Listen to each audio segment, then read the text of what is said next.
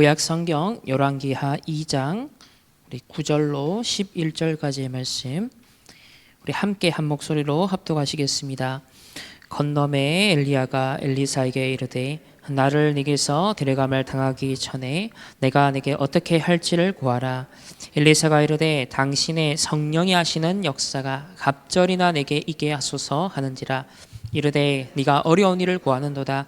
그러나 나를 네게서 데려가는 것을 네가 보면 그 일이 네게 이루어지려니와 그렇지 아니하면 이루어지지 아니하리라 하고 두 사람이 길을 가며 말하더니 불수레와 불말들이 두 사람을 갈라놓고 엘리야가 회오리 바람으로 하늘로 올라가더라. 아멘. 오늘 두 번째 시간으로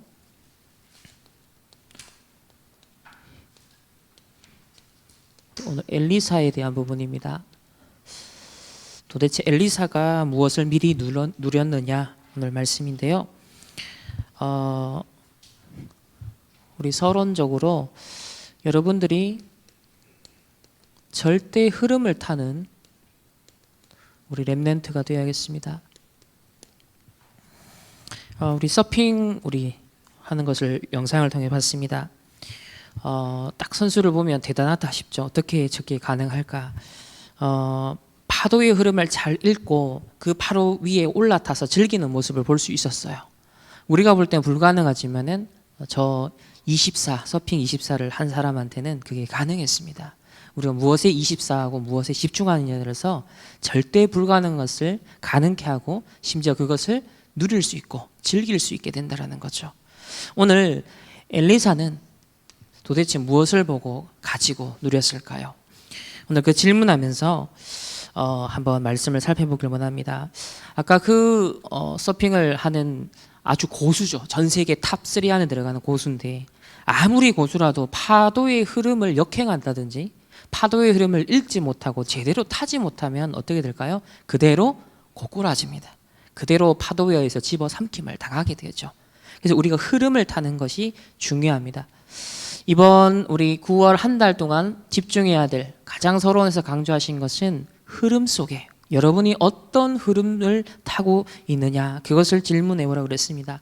세상 돌아가는 것도 흐름이 중요합니다. 경제의 흐름이 지금 어디로 흘러가는가, 정치의 흐름은 어떠한가. 지금 내년에 대선을 앞두고서 지금 정치 흐름도 막 굉장히 요동치고 있지 않습니까? 또 문화의 흐름도 마찬가지입니다. 이렇게 흐름이라는 것이 결국은 모든 것을 만들어내게 되죠. 그렇다고 할 때 가장 중요한 것은 여러분에게 근본적인 영적 흐름을 타는 것입니다. 우리 인간의 가장 본질이 바로 영적인 부분이기 때문이죠. 그래서 우리가 영적 흐름을 탄다 했을 때는 바로 성취되는 하나님의 언약의 말씀의 흐름을 타는 겁니다. 이 말씀이 딱 정리가 되고 언약 잡고 기도의 흐름을 24 타는 겁니다. 그리고 여러분들이 전도 이전에 내가 증인의 흐름을 타는 것이 더 중요합니다. 그래서 중요한 하나님의 구원 사역의 증거들을 딱 수집하고 증인들을 수집하고 저는 예전에 기도 수첩 메시지에 대해서 유 목사님 그런 얘기를 했어요. 지금은 그렇지 않은데 예전에는 한쪽 란에 항상 사람이 소개됐죠. 간증이 소개됐었습니다. 그걸 어떻게 활용해야 되냐 이렇게 말씀했죠. 여러분들이 지금 렘넌트들이 증인들을 확인해라. 하나님의 구원의 역사, 전도의 역사 속에 함께하고 있는 증인들을 수집해라. 그 눈으로 교회사도 보고 역사도 보고 현장도 보고 교회 중직자도 보고 여러분들이 현장의 전도자들을 봐라. 그래서 여러분 많은 증거들이 여러분이 쌓여야 됩니다. 많은 증인에 대한 자료들이 여러분이 쌓여 있으면 전도와 선교에 대한 DNA가 여러분에게 계속 쌓이게 되죠. 그래서 근본적 영적 흐름을 형성하는 말씀, 기도, 전도의 흐름을 타는 것이 집중하는 것이 가장 중요합니다. 왜 그렇습니까? 바로 이 세 가지가 지금도 살아 역사하시는 성삼위 하나님과 뭐하는 것이다? 위드, 임마누엘, 원네스 하는 길이기 때문이죠. 우리가 구원받은 하나님의 자녀에게 가장 축복이 있다면 하나님과 함께하는 축복입니다. 우리의 시작과 진행과 마무리에 우리 하나님께 모든 응답을 받고도 영광을 돌려드리는 것, 이게 가장 중요하죠. 그래서 하나님과 함께 with 임마누엘 원냈습니다.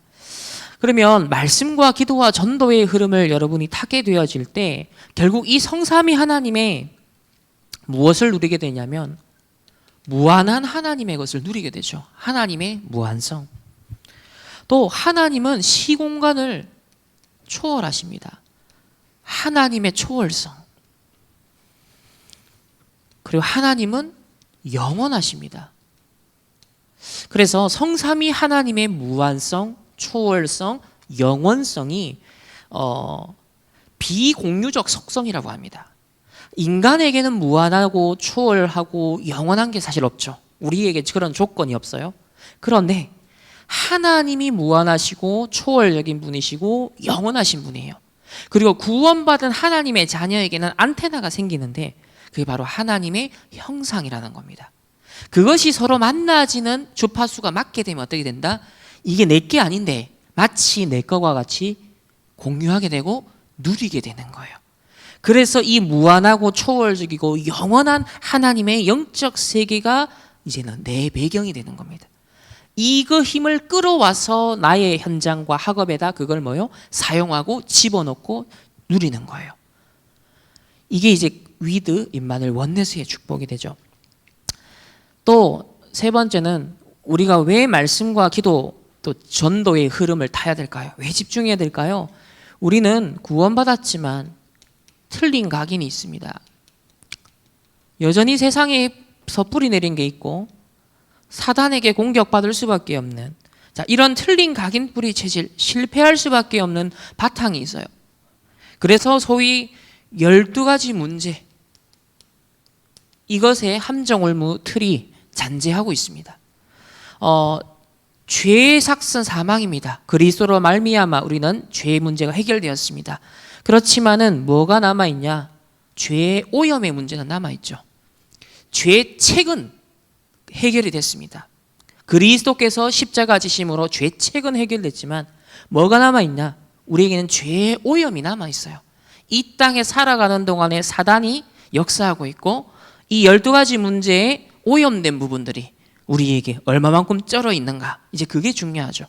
그래서 우리가 예배, 말씀, 기도 집중하는 거예요. 이 땅에서 하나님 나라 이루다가 우리가 영원한 하나님 나라 가기를 원합니다. 그래서 틀린 각인 뿌리 체질이 마냥 그것으로 끝나지 않습니다. 그리스도께 집중하면, 말씀, 기도, 증인에 집중하면 여러분이 치유의 응답을 누리게 됩니다. 그러면 곧 서밋의 축복으로 이어지게 되고 그것이 또 다른 사람에게 빛으로, 답으로, 발판으로 이런 237의 증인의 길을 가게 되어지죠. 그래서 무엇보다도 절대의 흐름을 타는 말씀과 기도와 이 증인의 절대의 흐름을 여러분 절대 놓치지 마시길 바랍니다. 자, 오늘 첫 번째로 그 흐름을 탔던 인물이 있습니다. 바로 엘리야에 이어서 오늘 엘리사인데요. 이 엘리사는 얼마나 절대 흐름을 탔냐면 위기를 선택할 정도였습니다. 모든 사람은 위기, 손해 다 피합니다. 절대 그걸 감수하지 않으려고 합니다. 그런데 엘리사는 도대체 왜 어떻게 위기를 선택할 수 있었을까요? 그는 미리 본 것이 있었기 때문입니다. 이게 미리 편집이 되고 있었기 때문에 가능했는데요. 자, 첫 번째로 엘리사가 어떤 배경이 있냐면 우리 열왕기상을 한번 보겠습니다. 열왕기상 19장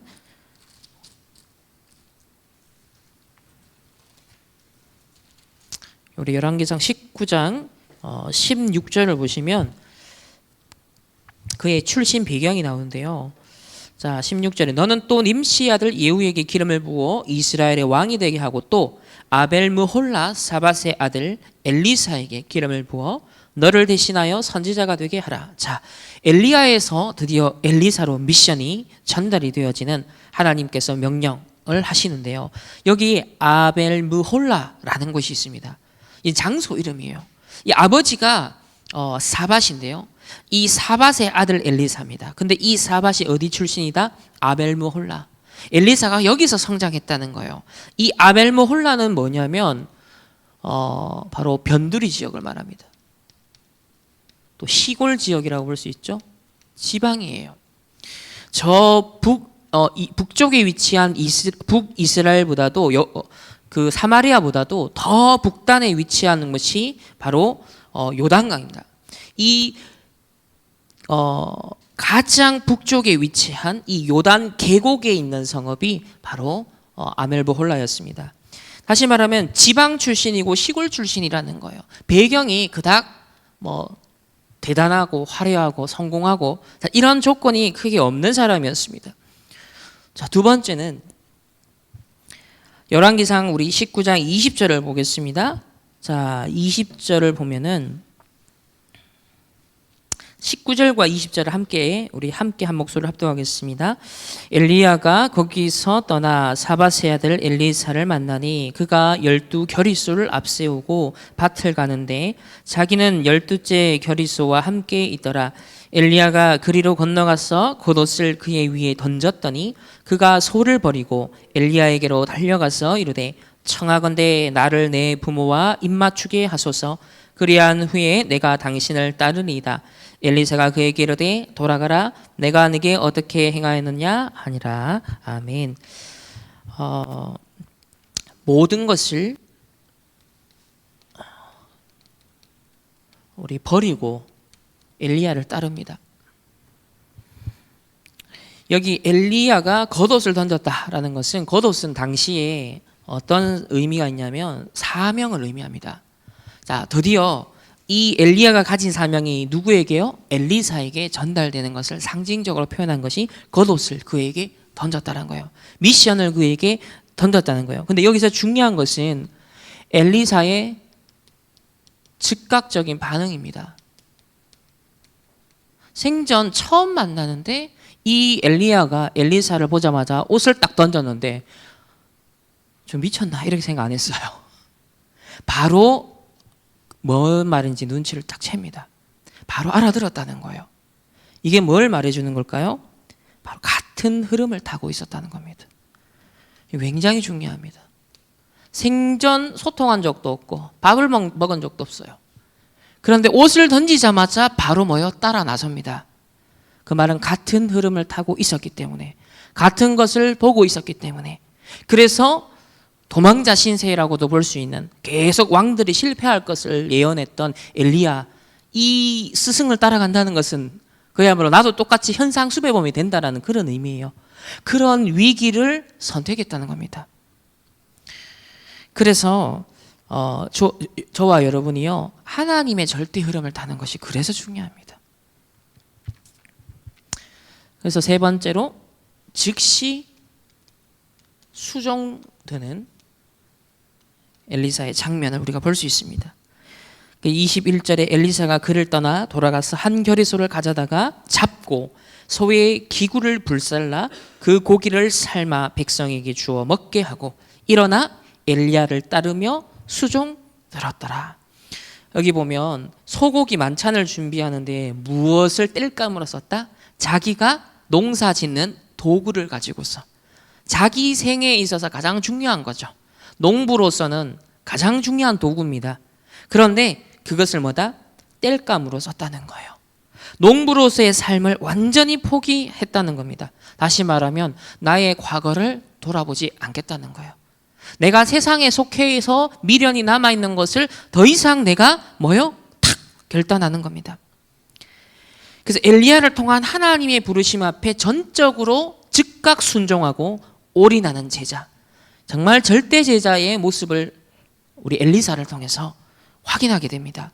여러분이 중요한 흐름을 계속 혼자서 타고 있다가 하나님이 결정적인 시간표를 허락하십니다. 그때 뭘 할 수 있어야 된다? 즉각적인 순종을 할 수 있는 제자로 준비되어 있어야 됩니다. 굉장히 중요하죠. 그래서 위기를 선택했다. 하나님의 선물, 하나님의 응답과 축복은 마치 위기라는, 환난과 박해라는 그런 포장지에 쌓여 있는 것 같습니다. 하지만 하나님의 진짜 것이 그 속에 숨겨져 있다는 거죠. 그래서 렘넌트에게 이렇게 말씀했습니다. 여러분들이 아무 데서나 설치면 욕먹는다. 이것저것 많이 하려고 하지 마라. 하나님이 내게 꼭 원하시는 것이 무엇이냐, 이것을 질문해라. 절대 것을 질문하라. 그래서 절대적인 천명, 소명, 사명. 여러분의 평생이 이걸 위해서 살아야 됩니다. 나의 24시가 이걸 위해서 돌아가야 됩니다. 두 번째는 이 엘리사는 또 모두가 좋아하는 것을 좋아하지 않았습니다. 오히려 싫어했습니다. 모든 사람이 좋아하는 것을 안 좋아했어요. 이 말은 모든 세상 것을 끊어내고 어디 저기 수도원을 들어가야 되느냐, 금욕주의 삶을 살아야 되느냐, 지금 그 말이 아니잖아요. 세상 모든 사람들이 좋아하는 것이 있잖아요. 돈, 물질, 자리, 성공, 다 좋아합니다. 이거 싫어할 사람이 아무도 없겠죠. 그런데 이 말은 뭐냐면 더 좋은 것을 엘리사가 본 겁니다. 더 중요한 것을 엘리사가 미리 보고 가지고 누렸다는 거예요. 그러니까 이거 수도원적인 금욕주의를 말하는 게 아니라 저는 묵상을 하면서 그렇다. 엘리사는 더 좋은 걸 가진 거다. 그러니까 세상 것이 내가 포기하는 미련이 생기는 게 아니라 훨씬 좋은 걸 붙잡는 것에 대한 희열을 가지고 있었다. 이 눈이 굉장히 중요합니다. 자, 오늘 증거들을 한번 볼까요? 자, 우리 하나님 말씀 열왕기하 2장으로 가보겠습니다. 자, 2장에 보면은 뭐가 나오냐면은 길갈과 베델과 여리고 이런 장면들이 나옵니다.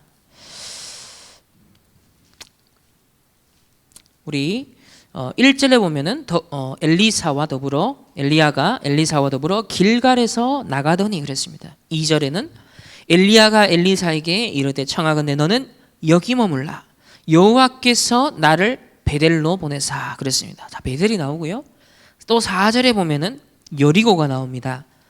그리고 6절, 7절 지나면서 요단 강가까지 왔습니다. 6절에 이제 요단으로 왔습니다. 자, 이 길갈, 베델, 여리고 이 세 곳은 굉장히 이스라엘에게 있어서는 의미가 있는 곳들입니다. 정말 중요한 곳이에요. 아주 역사적으로 많은 것들이 유산으로 남겨져 있는 곳입니다. 자, 한번 보면 길갈은 여러분 출애굽 후에 이스라엘 백성이 이제 그 후 세대들이 여호수아를 중심으로 해서 뭘 건너게 됩니까? 요단강을 건너게 되죠. 그리고 요단강을 건너면서 그 요단 강가에 있는 12개의 돌을 취해가지고 12지파를 상징하는 겁니다. 그래서 뭘 세웁니까? 기념비를 세웁니다. 에베네셀의 하나님을 찬양하면서 기념비를 세운 곳, 그것이 바로 길갈입니다. 그러니까 역사적으로 이스라엘에게는 굉장히 의미 있는 곳이죠. 요단강을 건너 기념비가 서 있는 곳이니까. 또 이곳은요, 본격적인 가나안 정복 전쟁이 진행되면서 여리고 성과 아이 성 등을 정복하는 데 있어서 전쟁의 교두보가 된 곳, 전략적인 요충지가 된 곳.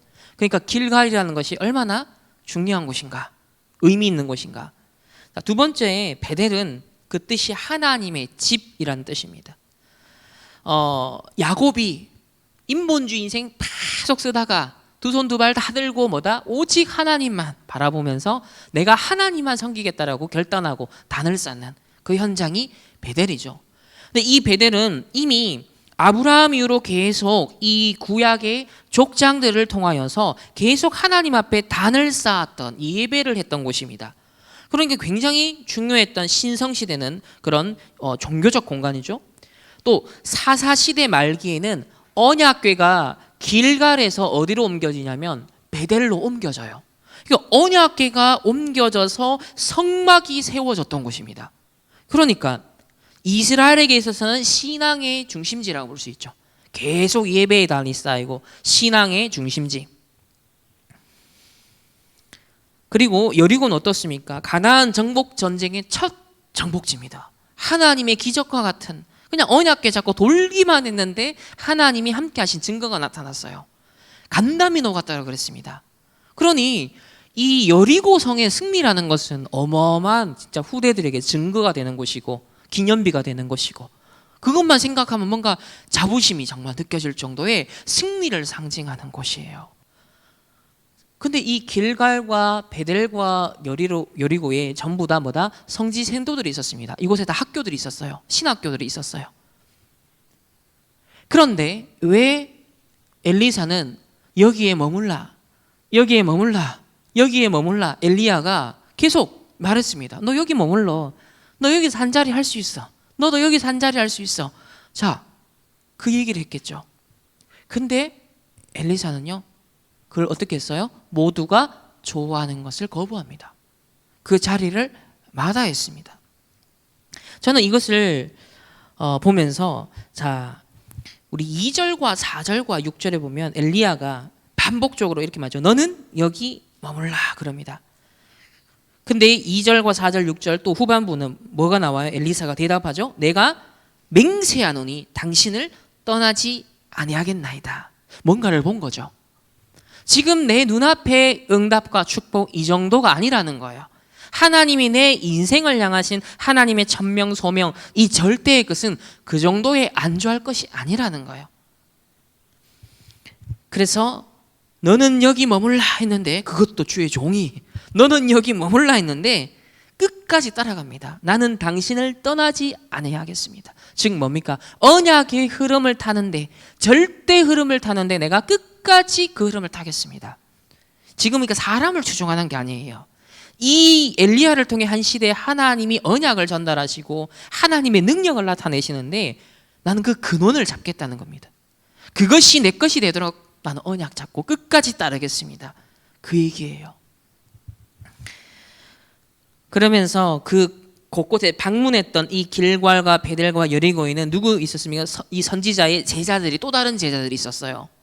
그러니까 제자들이 어떻게 말합니까? 3절과 5절을 보면 여호와께서 오늘 당신의 선생을, 자 엘리야를 당신의 머리 위로 데려가실 줄 아시나이까? 신기한 건 이 제자들도 알고 있어요. 다른 성지 생도들도 엘리야가 곧 들림을 받게 될 것이다 알고 있습니다. 보통 대통령이 이제 지금쯤 되면, 내년에 이제 대통령 선거를 앞두고 있으면 지금 소위 레임덕 현상이 벌어지죠. 권력에 있어서 계속 흔들림이 생깁니다. 공백이 생기고 많은 이제 막 흔들리는 상황들이 생겨요. 그러니까 말년이 되면 될수록 이제 저 사람 다 됐다. 뭐 끝까지 쫓아가봤자 얻을 거 없다. 자, 이렇게 당연히 정치인들은 계산이 나오잖아요. 그러니까 어느 줄 서야 되는지. 실컷 욕했다가도 저 사람이 대통령 될 것 같다. 그럼 지금부터 사람들이 막 이제 공작을 하는 거예요. 다 자기 이제 하잖아요. 지금 정치인들이 그러고 있는 거예요. 줄을 서는 겁니다. 근데 이 제자들은 다 눈치가 그겁니다. 이미 이 길갈, 베델, 여리고 정도의 응답이면 됐다. 확보했어. 이만하면 됐어. 어차피 우리의 스승은 이제 곧 가니까 요거를 잘 내가 지키고 요 응답을 내가 잘 누려야지 정도로 생각했던 겁니다. 근데 이 제자들에 대해 이렇게 물을 때 엘리사는요, 나도 또한 안다. 알고 있다는 거예요. 근데 뭐라고 합니까? 너희는 잠잠하라 말합니다.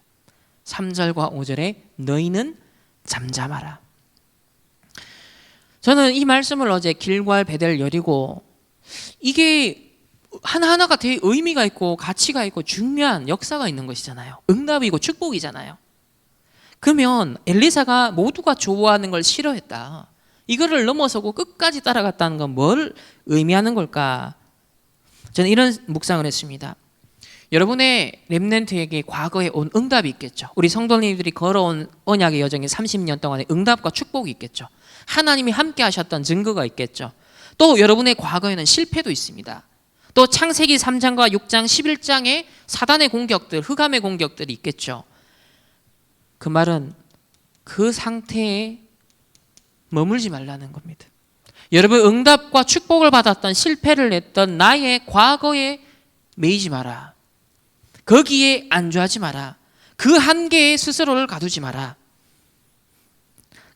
이 말은 하나님이 예비하신 절대적인 미래의 응답의 흐름을 타야 된다는 거예요. 걸어온 30년의 응답도 감사하지만 그것을 발판 삼아 무엇을 향해 나아가야 된다? 걸어갈 30년을 향한 편집, 설계, 디자인을 해라. 그래서 30년 이후에 1세대 전도자들이 없는 그때에도 언약이 놀랍도록 성취되는 걸 볼 수 있는 미래를 꿈꾸면서, 그때 실현되는 걸 꿈꾸면서 우리의 남은 30년을 어떻게 준비하느냐, 그것을 어떻게 편집, 설계, 디자인하느냐, 과연 사사기 시대와 같이 자기 소견에 오른 대로 완전 흑암 구덩이가 될 것인가, 아니면 엘리사처럼 끝까지 언약의 흐름을 따라가서 하나님 언약 성취를 이루는 나는 절대 제자가 될 것인가. 그 선택은 여러분 몫입니다. 그래서 저는 길괄 베델 여리고, 그래 감사한 거다, 축복이다, 그래서 중요한 발판 삼아야 된다, 중요한 응답으로 감사의 제목이 될 수 있다. 그러나 그것을 넘어서야 된다. 오늘 여러분의 갱신의 시간표가 되길 바랍니다. 두 번째는 결국 끝까지 따라가서 구한 것이 있습니다. 바로 갑절의 영감입니다. 이건 경쟁자도 없어요. 왜냐? 안 보이는 거기 때문에. 여러분, 길괄 베델 여리고 거기에 응답받는 현장과 자리는 눈에 보이는 겁니다. 잡히는 거예요. 이익과 유익이 있어요. 그런데 갑절의 영감은 제자들 눈에는 그게 실체로 보이지 않는 겁니다. 근데 엘리사에게는 그게 보였어요. 내가 끝까지 따라가도 된다라는 확실한, 오히려 더 좋은 것을 확실히 봤다는 겁니다. 그래서 렘넌트가 받을 응답은 따로 있다. 자, 9절에 보면 2장 9절에 건너매 엘리야가 엘리사에게 이르되 나를 네게서 데려감을 당하기 전에 내가 네게 어떻게 할지를 구하라. 엘리사가 이르되 당신의 성령이 하시는 역사가 갑절이나 내게 있게 하소서 하는지라.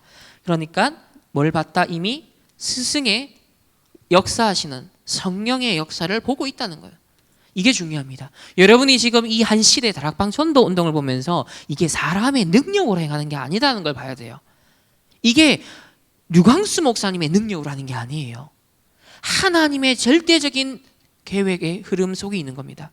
하나님이 이루시는 구속 사역의 성취 속에 있는 거예요. 영세전부터 영원까지 이제 나타나신 바 된 그 복음, 그 사례에 해당되는 겁니다. 이제 나타나신 바 된 복음. 그래서 하나님이 이끄시는구나, 하나님이 말씀을 성취시켜가는 거구나. 그래서 하나님의 성령의 역사를 여러분 봐야 돼요. 우리 충만교회의 하나님의 성령의 역사를 봐야 돼요. 여러분, 우리 충만교회 목회자들에게 역사하시는 성령의 역사를 봐야 돼요. 중직자들에게 역사하는 성령의 역사를 봐야 됩니다. 여러분의 삶의 역사는 성령의 역사를 봐야 돼요. 그래서 여러분, 그런 의미에서 증인의 흐름을 보라는 겁니다.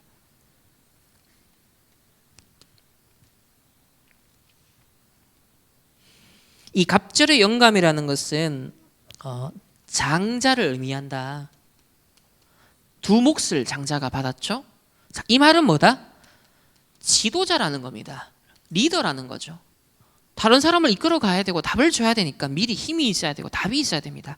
지도자라는 겁니다.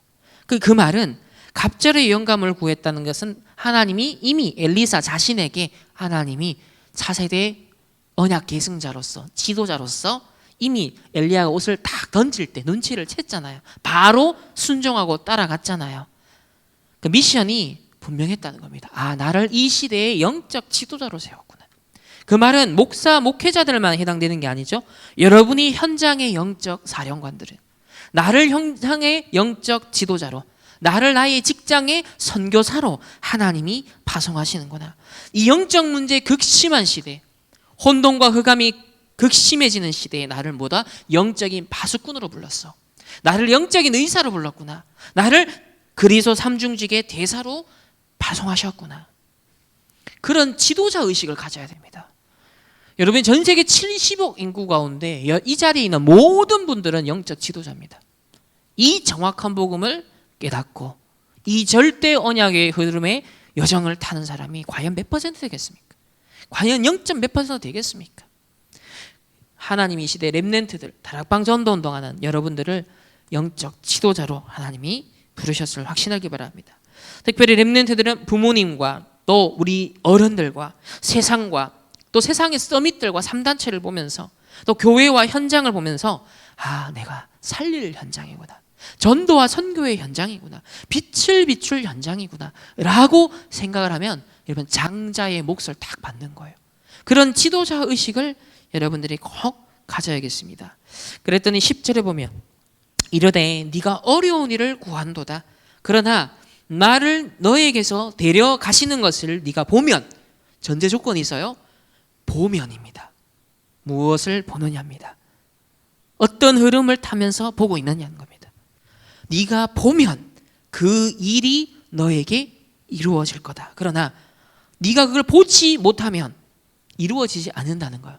그러니까 이거는 아무도 눈치 못 채는 사이에 일어나는 일이라는 거예요. 영적으로 일어나는 일이니까 누가 눈치챌 수 있는 일이 아니죠. 왜? 보이는 건 내한테 보이니까. 딴 사람이 내가 그걸 보고 있는지 몰라요. 내가 여러분이 그걸 보고 있는지 몰라요. 여러분만 아는 거예요. 하나님만 아는 거예요.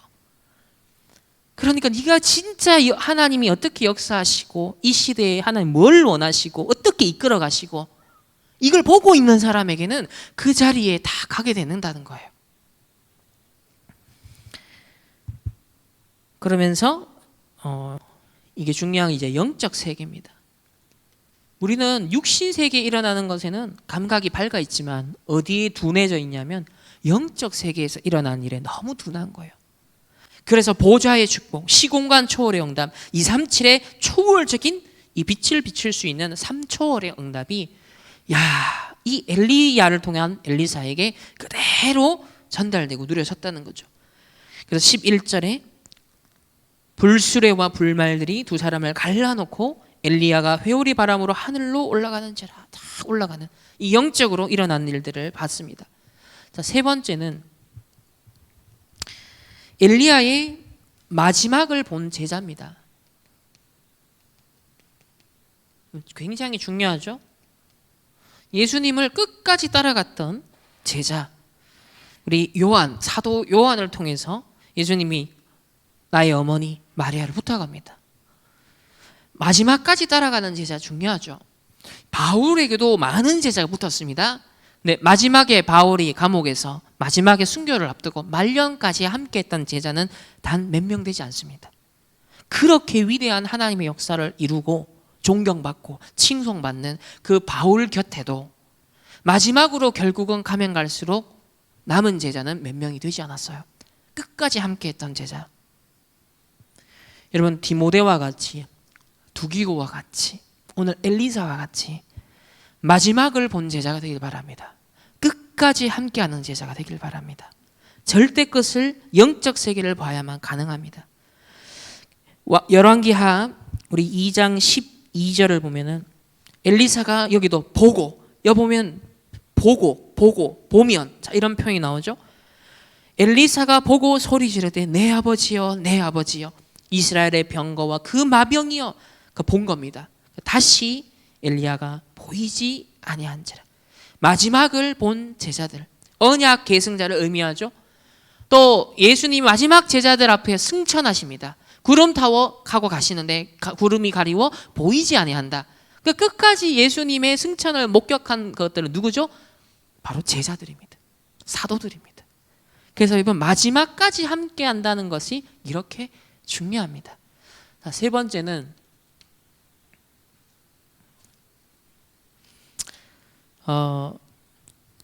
우리 그 이전에 16절에 보면 이런 얘기가 있어요. 참 재밌는 장면이 나오는데, 자, 16절을 한번 보면, 자, 18절까지 다 같이 함께 한 목소리로 합독하겠습니다. 그에게 이르되 당신의 종들에게 용감한 사람 50명이 있으니 청하건대 그들이 가서 당신의 주인을 찾게 하소서. 염려하건대 여호와의 성령이 그를 들고 가다가 어느 산에나 어느 골짜기에 던지셨을까 하나이다 하니라. 엘리사가 이르되 보내지 말라 하나 무리가 그로 부끄러워하도록 간청함에 보내라 한지라. 그들이 50명을 보냈더니 사흘 동안을 찾되 발견하지 못하고 엘리사가 여리고에 머무는 중에 무리가 그에게 돌아오니 엘리사가 그들에게 이르되 내가 가지 말라고 너희에게 이르지 아니하였느냐 하였더라. 여기 보면, 자, 엘리야가 승천하고 이제 엘리사가 기적을 해가지 않습니까? 이 스승의 옷을 찢어가지고 요단을 치니까 똑같이 요단이 갈라지면서 이걸 그 반대편에 있는 제자들이 목격한 거예요. 스승에게 일어난 역사가 이제는 엘리사에게 나타나는구나. 이걸 본 겁니다. 그러니까 15절에 그를 보며 말하기를 엘리야의 성령이 하시는 역사가 엘리사 위에 머물렀다 하고 그에게로 나아가 땅에 엎드려 그에게 경배하고, 이제 어느 줄에 서야 되는가 눈치를 이제 이래 채는 겁니다. 그러니까 나머지 제자들은 그 수준인 거, 솔직히 말하면 응답과 역사 보면 덜커덕 가는 겁니다. 근데 자 16절 봐세요. 되게 웃긴 장면이 나오는 거예요. 지금 당신의 이르되 그에게 이르되 당신의 종들에게, 이제 자기들 낮춰서 종들에게 용감한 사람 50명이 있다. 자, 시킬 50명이 있는데 뭘 시키냐고 하냐면 그들이 가서 당신의 주인 엘리야가 혹시나 성령에 붙들려 올라가다가 저 산골짜기 어디 골짜기나 산에 혹시나 떨어지지 않았을까 염려가 된다. 이 뭔 말한 겁니까? 여러분, 잔머리, 인본주의, 불신앙은요, 오늘 보면 염려컨대 그랬습니다. 그리고 쓸데없는 짓을 하는 거예요. 여러분이 영적 세계를 안 보고 하나님의 말씀의 인도를 안 받고 있으면 나도 모르는 사이에 뭐 하게 된다? 지금 이 짓을 하게 된다는 거예요. 헛고생을 한다는 겁니다. 여기 보면 사흘 동안 뭐하다? 앞만 찾아도 헤매도 찾지를 못하는 거예요. 엘리사가 쓸데없는 짓이다 하지 마, 그럴 필요 없어. 확실한 걸 봤으니까. 그 시켰는데 말 안 들어요. 어느 정도로 간청했냐면 오히려 엘리사가 부끄럽게 느낄 정도로 하도 그러니까 그래 알았다, 어쩔 수 없이 해봐라, 이런 겁니다. 우리가 그러면 안 돼요. 그러니까 갔다 와서 고생하고 다시 돌아오니까 내가 가지 말라고 너에게 이르지 아니하느냐. 이런 또 제자들이 있습니다. 여러분, 엘리사의 길을 가시렵니까? 이런 제자들처럼 되시렵니까? 이왕 제자의 길을 갈 거면 진짜 마지막까지 본 절대 제자의 우리는 언약의 여정을 갑시다.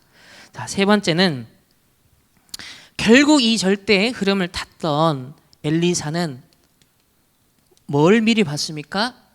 자, 아람 나라를 미리 보고 미리 누렸습니다.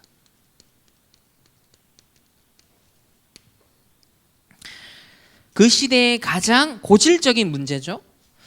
사사기 시대는 블레셋이었다면 이제 엘리사부터는 아람 나라 시대가 열려집니다.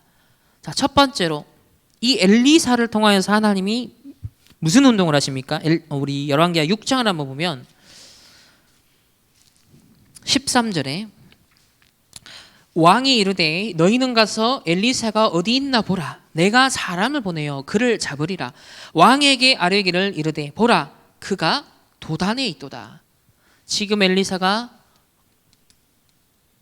도단성 운동을 하는 것을 보여주고 있습니다. 이 도단성 운동, 근데 여기 보면 왕이 엘리사가 어디 있나 보라, 잡아라 그랬더니 왕에게 바로 신하가 아뢰입니다. 바로 보고합니다. 시간은 격차를 두지 않고 그가 도단에 있나이다. 이 말은 뭐예요? 신하들도 이 엘리사라는 인물에 주목하고 있었다는 겁니다. 그 말은 굉장히 영향이 컸다는 거죠. 영향력이 큰 인물이었습니다. 자, 두 번째로 15절을 보면 15절, 16절, 17절을 함께 합독하겠습니다. 시작. 하나님의 사람의 사환이 일찍이 일어나서 나가보니 군사와 말과 병거가 성읍을 에워쌌는지라. 그의 사환이 엘리사에게 말하되 내 주여, 우리가 어찌하리까 하니 대답하되 두려워하지 말라. 우리와 함께한 자가 그들과 함께한 자가 그들과 함께한 자보다 많으니라 하니 기도하여 이르되 여호와여, 원하건대 그의 눈을 열어 보게 하옵소서 하니 여호와께서 그 청년의 눈을 여심해 그가 보니 불말과 불병거가 산에 가득하여 엘리사를 둘렀더라. 아멘. 아람 나라 군대가 쳐들어온 겁니다. 이 엘리사 한 명 잡기 위해서 군대가 동원될 정도였습니다. 성읍을 둘러쌌다 그랬습니다. 그랬더니 이 제자가 눈을 뜨고 언뜻 탁 눈을 뜨고 현실과 사실과 진실만 볼 때는 주여, 우리가 어찌하리까? 자, 염려, 걱정, 근심.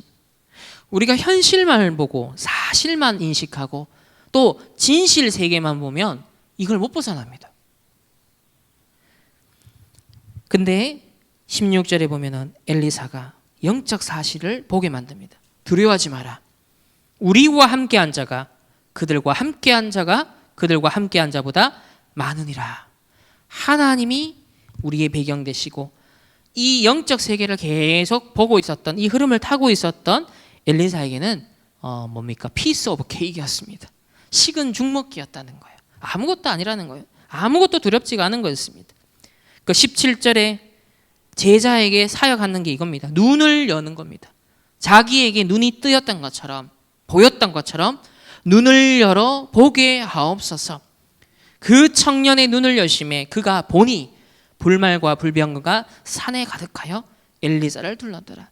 엘리야를 통해 엘리사에게 보여졌던 것이 이제 엘리사를 통해 그의 사환에게도 보여지는 제자 사역이 일어나요. 그래서 오히려 위기인데 이때 제자 사역이 이루어지는 겁니다. 진짜는 이때 다 나온 거예요. 문제와 위기를 어떻게 해석하느냐 이겁니다. 사건과 시대 문제를 보면서 어떤 눈을 열어주느냐는 겁니다. 제자 사역의 가장 중요한 키워드, 눈 여는 겁니다. 그리스도가 다 이루었습니다. 하나님이 절대 주권자입니다. 그러면 우리가 할 건 뭐예요? 올바른 눈을 뜨는 겁니다. 인간의 눈이 아니라, 세상의 눈이 아니라 하나님의 시선으로 모든 걸 보는 거예요. 그 표준과 기준과 수준으로 밀고 나갈 수 있는 그 제자 사역을 이 아람 나라가 쳐들어왔을 때 엘리사가 했다는 거죠. 결국 보좌의 축복을 전달한 것이죠. 시공간 초월의 비밀을 보여준 겁니다. 그리고 237 빛을 비추는 것이 어떤 길인지를 이 제자에게 보여줬습니다. 세 번째는 결국은 싸우지 않고 무경쟁으로 승리하게 됩니다. 18절을 보면은 아람 사람이 엘리사에게 내려오매 엘리사가 여호와께 기도하여 이르되 원하건대 저 무리의 눈을 어둡게 하옵소서. 여기도 표현이 눈이 나옵니다. 이 엘리사는 처음부터 본 자였습니다. 그리고 계속 보고 있었습니다. 그리고 또 보게 만들었습니다. 그리고 영적 싸움의 무경쟁의 싸움도 똑같습니다. 세상 사람들이 못 보는 거예요. 3단체가 못 보는 거예요. 불신자가 못 보는 겁니다. 하나님이 한 번만 헷가닥하게 하면 이 사람들은 헷가닥하는 겁니다. 간단한 거죠. 그래서 렘넌트의 저는 경쟁력은 딴 게 아니라 세상 사람들은 이것만 보죠. 의식주라는 이걸 못 벗어납니다. 육신의 눈에 보이는 세상 나라의 관점을 벗어나질 수가 없습니다. 근데 여러분의 경쟁력은 어디서 나옵니까? 세상 나라의 관점뿐만 아니라 그 이면에 네피림의 나라, 사단의 나라를 보는 거예요. 아, 완전 네피림이 되어 있구나. 오로지 영이 다 죽었구나. 사단에게 사로잡혔구나. 여러분, 이게 여러분의 경쟁력입니다. 이걸 볼 수 있다라는 것.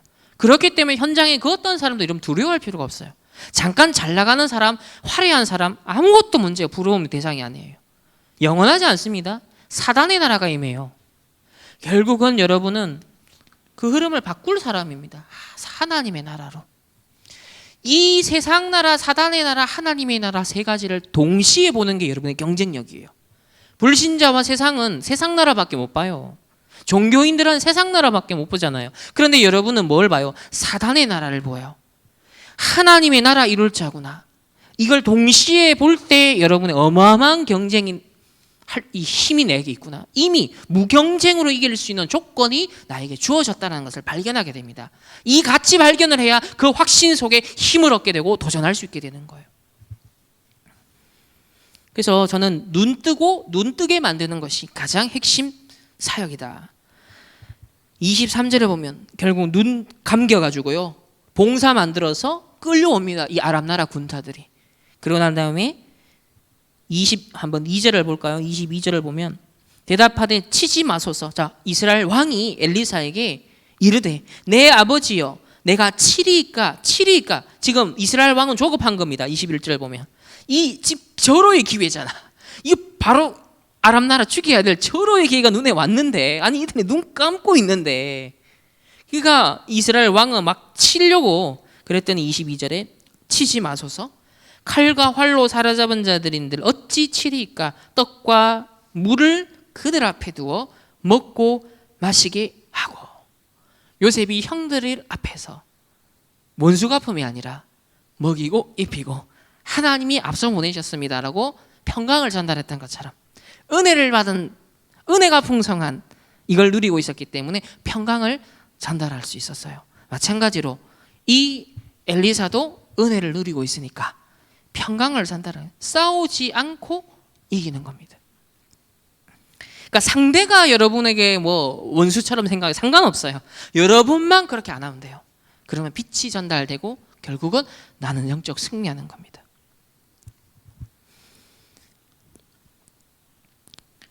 그래서 23절에 음식을 많이 베풀고 그들이 먹고 마심에 놓아 보내니 그들이 그들의 주인에게로 돌아가니라. 이로부터 아람 군사의 부대가 다시는 이스라엘 땅에 들어오지 못하니라. 시대 문제를 이렇게 싸우지 않고 이기게 되었습니다. 자, 우리 결론입니다. 결론은 엘리사와 같이 저는 진짜 나는 다른 제자들이 많았다. 근데 절대 제자의 길을 가야겠다. 그래서 절대 제자에 집중을 해야겠다. 아까 길갈과 베델과 여리고에도 왜 종들이 있었습니다. 제자들이 있었습니다. 그리고 엘리사가 탁 지도자가 됐을 때도 그 앞에 우리를 종으로 써달라면서 다 무릎을 꿇고 했어요. 그러면서도 막 인본주의 잔머리 쓰면서 막 염려하면서 이 수준이었잖아요. 근데 아람 나라를 이기지 않고 딱 승리하는, 이스라엘의 문제를 해결해주는 이 사람은 누구였냐면 엘리사였습니다. 이왕 여러분 하나님 앞에 쓰임받고자 한다면, 이왕 구원받았다면 여러분 절대 제자에 집중해 엘리사와 같이 우리 언약을 잡기를 원합니다. 여러분 국가에서도요 특수부대, 특수 미션을 주는 그 요원들은요 어떻게 훈련시키죠? 다르게 훈련합니다. 또 그 본인들도 다른 자세로 임하겠죠. 만약에 특수 요원으로 부름받았는데 서삼손 무덤 벌초하는 것처럼 훈련을 받겠습니까? 국가의 미션을 그렇게 받겠습니까? 그렇지 않겠죠. 자신의 정체성, 자신의 사명감 다르게 생각한다는 거예요. 하나님이 여러분 하나님 나라를 위한 특수 요원으로 부르신 겁니다. 우리를 이 시대의 스페셜 포스로 부르신 거예요. 절대 제자로 부르신 겁니다. 그렇다고 할 때 우리의 자세, 우리의 태도는 어때야 할까요? 그야말로 아까 전에 위기를 선택할 정도로, 위기를 선택할 정도의 절대 제자의 자세. 이거는 지금 메시지의 흐름을 갖고 말하면 뭐냐? 아무도 가지 않는 노바디의 길을 가는 겁니다. 아무도 할 수 없는 nothing의 것을 찾는 겁니다. 그리고 그것을 무엇으로? everybody로, everything으로. 다른 모든 사람들은 불가능하다라고 하는 그것에 여러분 언약 잡고 절대 가능을 도전하는 겁니다. 그래서 여기서 10가지 비밀이 나오죠. 10가지 비밀을 누리는 이 여정, 이게 바로 저는 절대 제자의 자세다. 두 번째는 모든 사람은 자기 기호가 있고 또 좋아하는 것이 있죠. 취향이 있습니다. 또 어떤 성향도 있고요. 또 성격도 있습니다. 자, 보통 사람은 다 99.99%는 여기에 이대로 살아갈 겁니다. 이걸 추구할 겁니다. 그래서 길갈과 베델과 여리고 거기에 안주를 할 겁니다. 그걸 만족시키는 것을 향해 갈 거예요. 그런데 엘리사는 그것을 넘어서 절대적인 것을 잡았습니다. 다시 말하면 창세기 3장 나, 6장의 물질, 11장의 성공 넘어섰다는 거예요. 절대적인 것을 딱 잡았습니다. 이 절대 제자에 뭘 보여주냐? 저는 수준과 표준과 이걸 기준으로 삼아야겠구나. 우리가 응답받고 축복받고 좋습니다. 하나님 감사합니다. 영광 돌리고 감사헌금하죠. 넘어섭니다. 하나님은 더 좋은 계획과 더 큰 축복을 준비해 놨습니다. 더 절대적인 것을 향해 끊임없는 갱신을 해야 됩니다. 그리스도의 깊이와 넓이는 뭐다? 측량할 수 없다고 그랬습니다. 평생 24시 집중해서 그리스도만 누려도 그리스도의 1%도 못 누릴까요? 그 정도로 우리는 그리스도의 장성한 분량이 남아 있습니다. 그래서 어느 수준? 하나님의 수준과 표준과 기준으로 하나님이 한 시대를 뒤집고 살릴 만큼 전달된 이 복음이 우리에게 전달됐구나. 그래서 뭘 해야 됩니까? 우리는 최근에 미주 우리 산업인대회에서 제한적 집중을 해라. 나이가 이제 여러분의 세월이 얼마 남지 않았다. 이것저것 하는 게 아니다. 절대적인 것을 놓고 제한적 집중해라. 오직 율성 재창조의 편집 설계 디자인을 놓고 제한적 집중을 해라. 이 제한한다라는 것은 영어로 limited입니다. 리미티드 에디션이 뭐예요? 유 목사님 그 파텍 필립스 영화 그 시계 얘기를 종종 하잖아요. 어마어마한 비싼 그 시계잖아요. 자, 그게 뭐냐면 리미티드 에디션으로 나왔다는 거예요. 나이키에서도 신발 나온 것 중에 비싸게 팔리는 게 뭐예요? 리미티드 에디션이에요. 명품도 전 세계에 몇백 개, 스포츠카도 전 세계 10대, 이게 리미티드 에디션이에요. 그래서 비싼 거예요. 가치가 있다는 거예요. 그 물질적인 수준이지만, 그래서 그런 의미에서 가치가 있다라는 거죠. 절대적인 것에 가치를 두는 제한적. 그래서 여러분의 시간도, 여러분의 건강도, 여러분의 주어진 기회도 이걸 위해 쓰라는 거예요. 왜? 아까 엘리사 옆에서 혹시 엘리야 어디 떨어진 거 없냐 라면서 4일 동안 헤매고 있는 그 시간과 그 길을 여러분 갈 필요가 없습니다. 여러분 제한적 엘리사처럼 처음부터 보고 있었기 때문에 다른 데 방황할 필요가 없어요. 제한적 집중, 일관해서 쫙 가는 겁니다. 그리고 두 번째, 선택적 집중이라고 했습니다.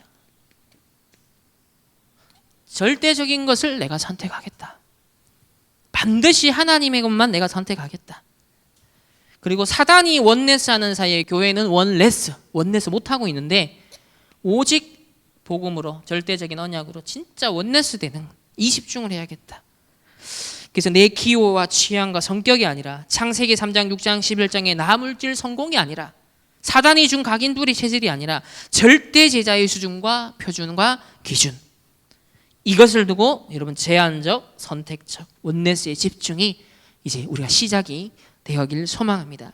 자, 세 번째는 우리 어제 이제 우리 핵심에서 내년 주제 2023년 주제 2024년 주제까지 나왔습니다. 뭔지 아시죠? 제가 안 알려드릴게요. 메시지 들으세요.